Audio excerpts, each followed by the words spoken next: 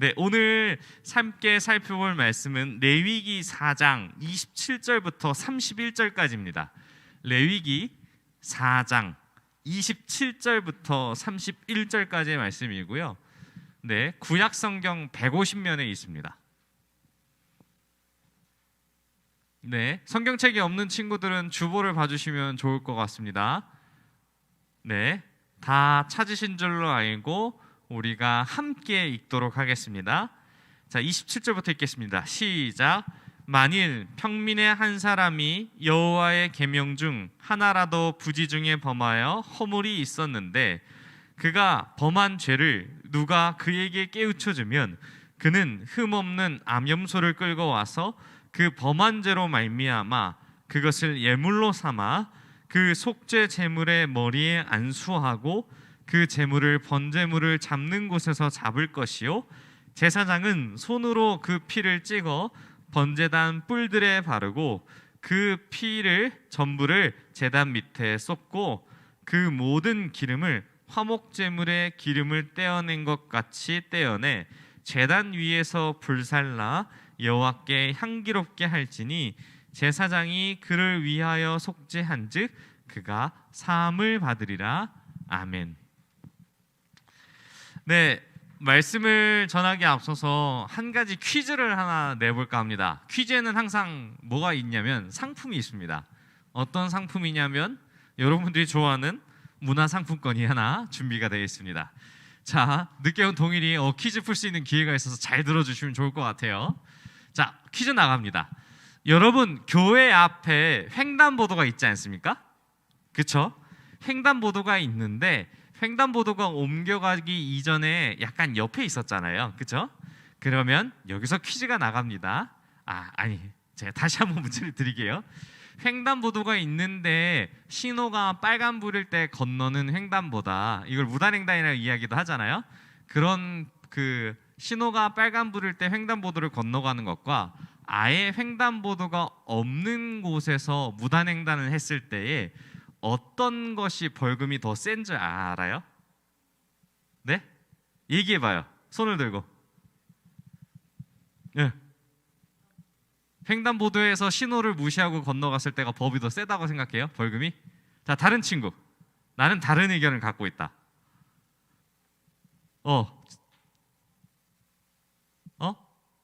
횡단보도가 없는 곳에서 넘어가는 게 더 벌금이 세다라고 생각하는 거죠, 요나? 오케이. 네, 어떤 것이 더 있을까요? 선생님들 한번 생각해 보시겠습니까? 선생님들도 동일한 기회를 드리겠습니다. 둘 다 똑같아요? 횡단보도? 벌금은 똑같아요? 아니요. 저도 보고 깜짝 놀랐습니다. 어떤 게 더 있냐면, 자, 아직 퀴즈 안 나갔어요. 횡단보도가 없는 곳에서 무단을 횡단하는 것이 벌금이 더 셉니다. 이 벌금을 맞춰주시면 되겠습니다. 오늘의 퀴즈입니다. 벌금이 얼마일까요? 자, 먼저 땡. 자, 땡. 손 들고 얘기해 주세요. 그렇게 벌금이 세진 않아요. 땡. 땡.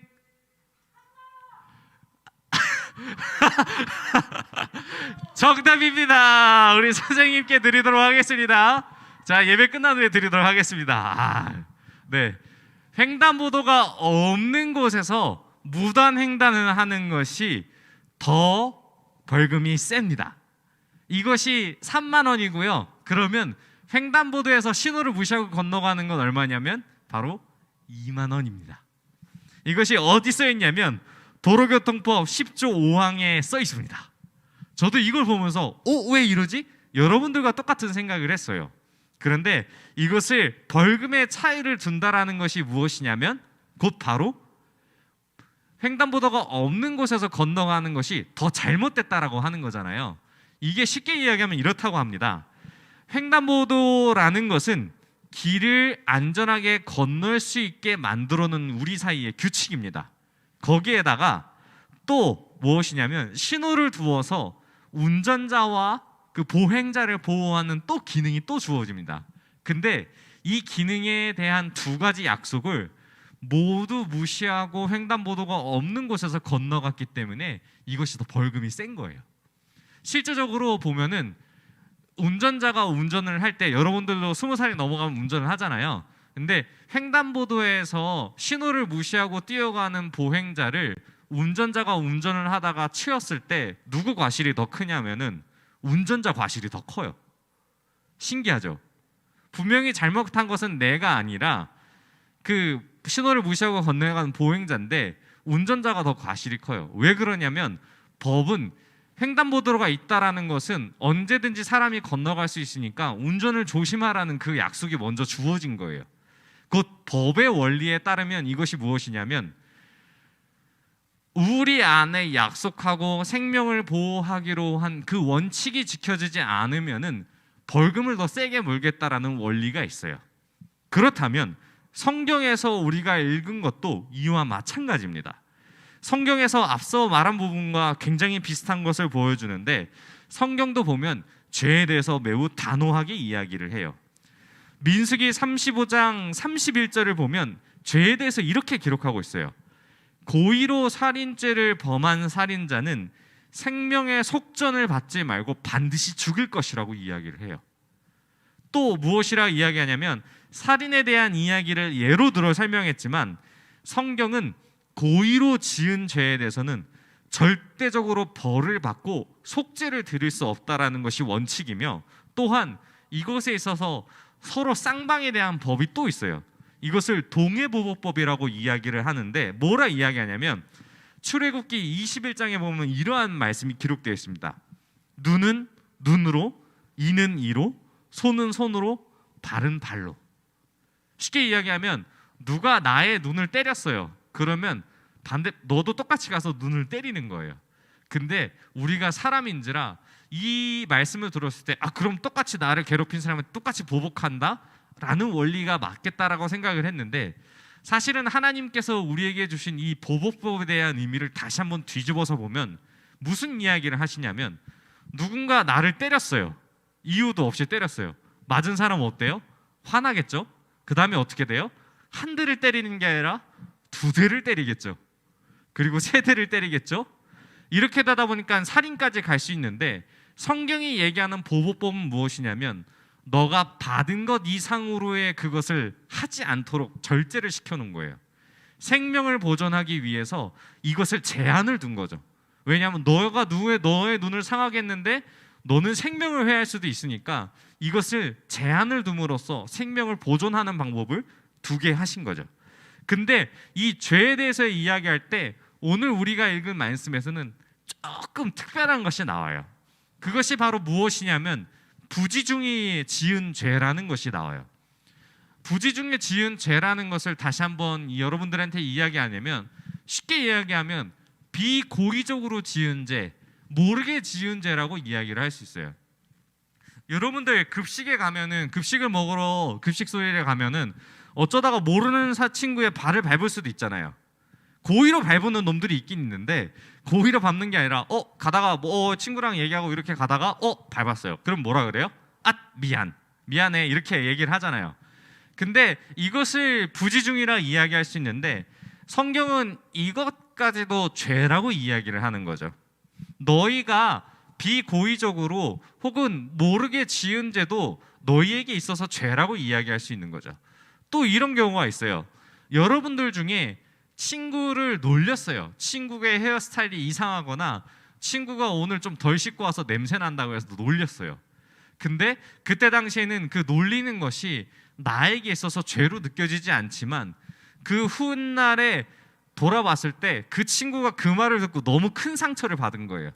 근데 그것을 성경은 누군가 이야기해서 깨닫게 되었을 때 너가 잘못한 거를 깨닫게 되면은 하나님 앞에 나아가서 예물을 드리고 속죄함을 빌어서 회개를 하라고 이야기를 하는 거죠.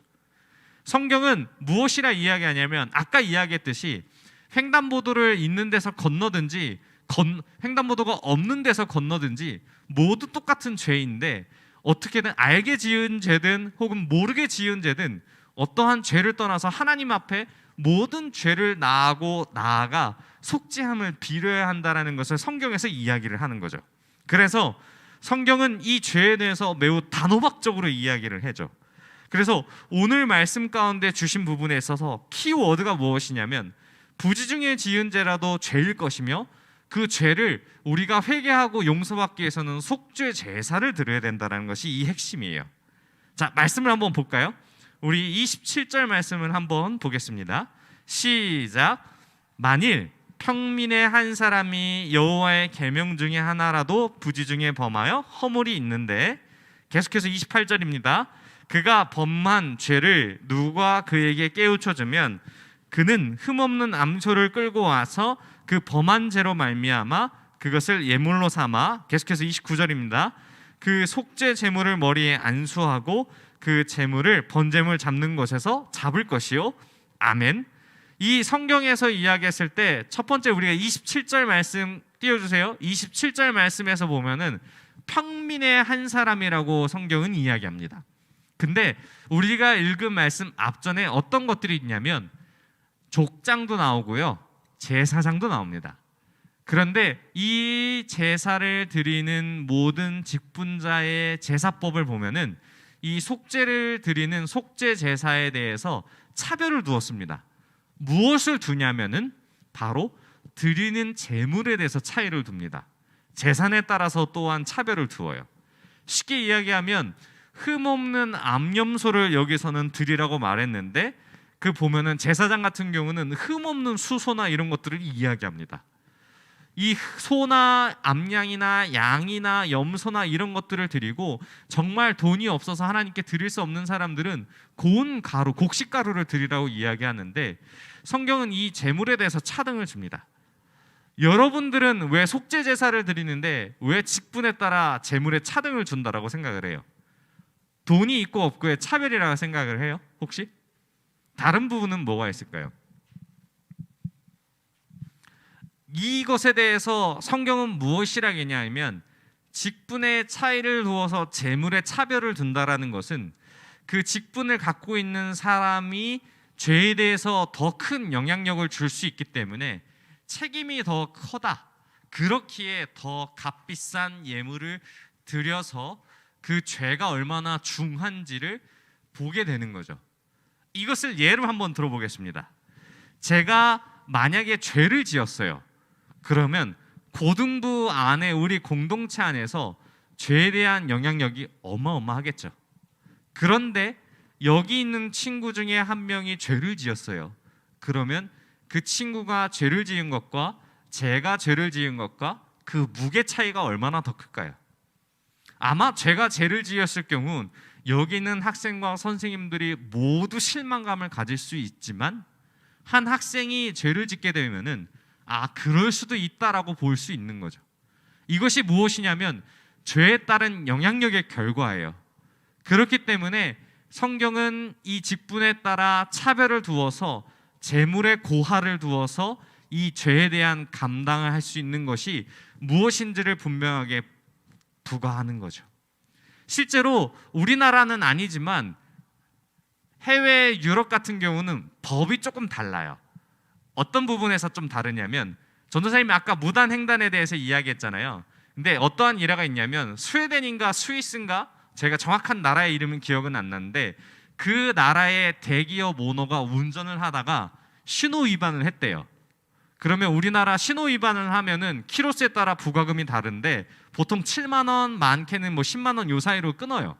근데 그 나라는 어떻게 끊냐면 자기가 가지고 있는 재산 정도에 따라서 벌금을 물어요. 그래서 그 나라의 기업의 오너가 과속을 했는데 벌금이 1,000만 원인가 2,000만 원 나왔대요. 그 사람 버는 연봉에 따른 벌금이 부과된 거죠. 그에 따라서 본이 다른 거죠. 또 한 가지 예를 들어보겠습니다. 대통령이 죄를 지은 것과 한 나라의 국민이 지은 것과 죄의 무게가 같을까요? 같은 죄를 저질렀다 하더라도 그의 무게와 영향력은 천지 차이가 납니다. 그것이 바로 성경이 얘기하는 부분입니다.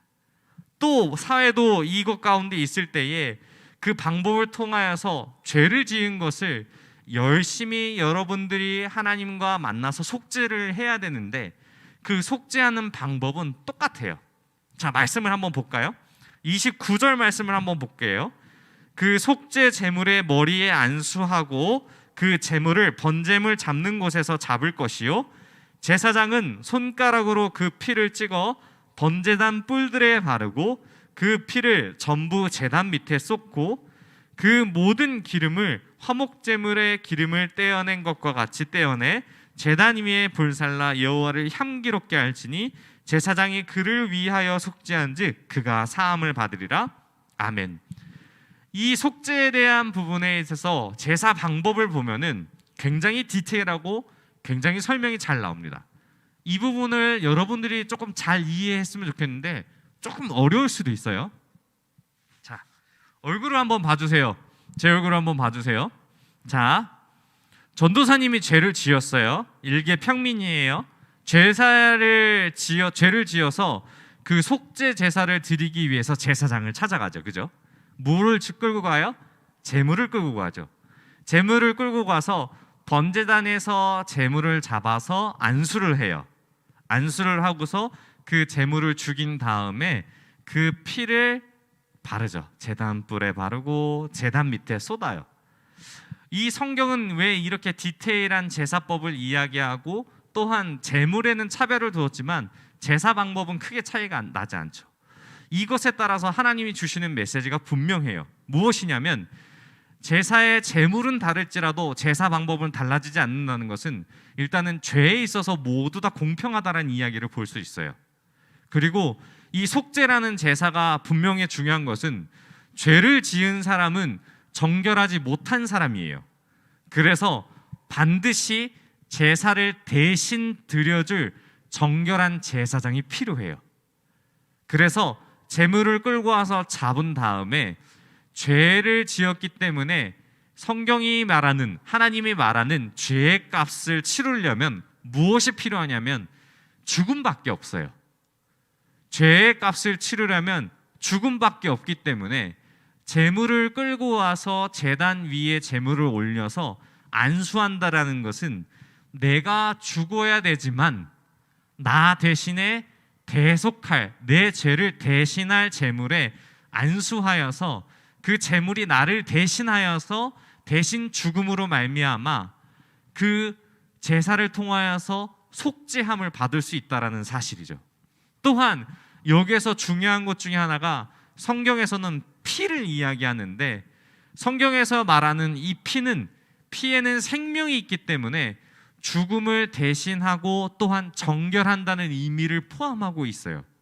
그렇기 때문에 성경의 제물이 나를 대신해서 제단을 올라갔다면 내 죄를 이 제물이 대신 가지고 있는데 성스러운 제단에 죄로 오염된 제물이 나를 대신하여 올라갔을 경우 이 제단이 똑같이 오염돼요. 그래서 오염된 제단을 하나님께서 대신 이야기한 그 피로 말미암아 그 피를 제단에 바름으로써 깨끗하게 죄를 씻어내는 원리를 보여주고 있는 거죠. 여기서 중요한 것은 성경 안에서 이야기하실 때 피가 굉장히 중요하다고 이야기를 했는데 왜 중요하냐면 속죄할 수 있는 유일한 정죄할 수 있는 부분이 아니라 정결하게 바꾸는 원리가 피의 제사 말고는 방법이 없는 거죠. 그렇기 때문에 너희가 어떠한 잘못을 저지르든지 속죄함을 받으려면 바로 이 피의 공로가 필요하다는 것을 성경은 이야기하고 있고 그 피의 공로로 말미암아 다시 한번 하나님과 너와의 관계가 회복되었고 정결하게 바뀌었다라는 것을 알게 되는 거죠. 그것을 태움으로 말미암아 하나님께서는 그것을 향기롭다 칭하여 주시고 그것을 우리는 제물을 드림으로 말미암아 온전하게 속죄함을 얻어서 다시 한번 하나님과 교제할 수 있는 길로 나아가게 되는 것이죠. 자, 굉장히 어렵습니다. 이 원리는 간단하지만 굉장히 어렵죠. 쉽게 이야기하면 죄값을 치러야 되는데 나 대신 제물이 죄값을 대신 치렀고 그로 말미암아 내가 죽어야 하지만 제물이 대신 죽음으로 말미암아 나는 죄를 탕감받을 수 있다라는 거죠. 근데 여기서 또 중요한 것이 무엇이냐면 이 속죄함을 주는 주체자가 누군지를 기억을 해야 돼요. 제사장이 대신 옆에서 제사를 도와주지만 그 제사를 받으시고 용서함을 베풀어서 속죄함을 주는 그분이 누구시냐면 바로 하나님이라는 사실이죠. 결국 이 제사를 드림으로 말미암아 하나님과 나와의 관계가 회복되는 순간 또한 내 주위의 이웃들과의 관계가 같이 회복된다라는 것을 성경은 이야기하죠. 그렇게 오늘날 이 복잡하고 어려운 제사법이 우리와 무슨 상관이 있을까요? 만약 예수님이 우리와 함께 해주시지 않으시고 십자가에서 우리의 죄를 대속하시지 않으셨다면 우리는 매일 드려지는 죄를 속죄받기 위해서 매일매일 양과 염소와 소와 그 모든 것을 가지고 제사를 드리러 나와야 하죠. 그런데 예수님이 단번에 그것을 제사로 드림으로 말미암아 우리의 모든 죄가 예수님을 믿음으로 말미암아 씻어지게 된 것이죠. 여기서 또 중요한 게 뭐냐면 제사를 드릴 때의 제물이 흠이 없어야 하는 것을 성경은 이야기하죠. 근데 예수님이 흠이 있어요? 흠이 없으시죠. 완전하신 분이 우리의 죄를 대속하셨기 때문에 더 이상 우리는 제사를 드릴 필요가 없어진 거죠. 왜냐하면 모든 지어질 죄들이 다 이미 탕감받았기 때문이죠. 그래서 우리에게 이 모든 날을 속죄하기 위해서 이스라엘 가운데도 수많은 제사들을 계속 드려야 되니까 이것을 한 번에 드려지는 예배가 있었는데, 제사가 있었는데 그것을 이스라엘 백성들에게 주어진 절기이자 날로 통하여서 대속죄일이라는 날을 통하여서 모든 1년에 한 번 제사를 다 드릴 수 없기 때문에 그동안 묵혀왔던 우리들의 모든 죄들을 한꺼번에 주 앞에 드림으로 말미암아 우리는 하나님과 다시 정결한 백성으로서 살아갈 수 있구나라는 것을 깨닫게 되는 거죠.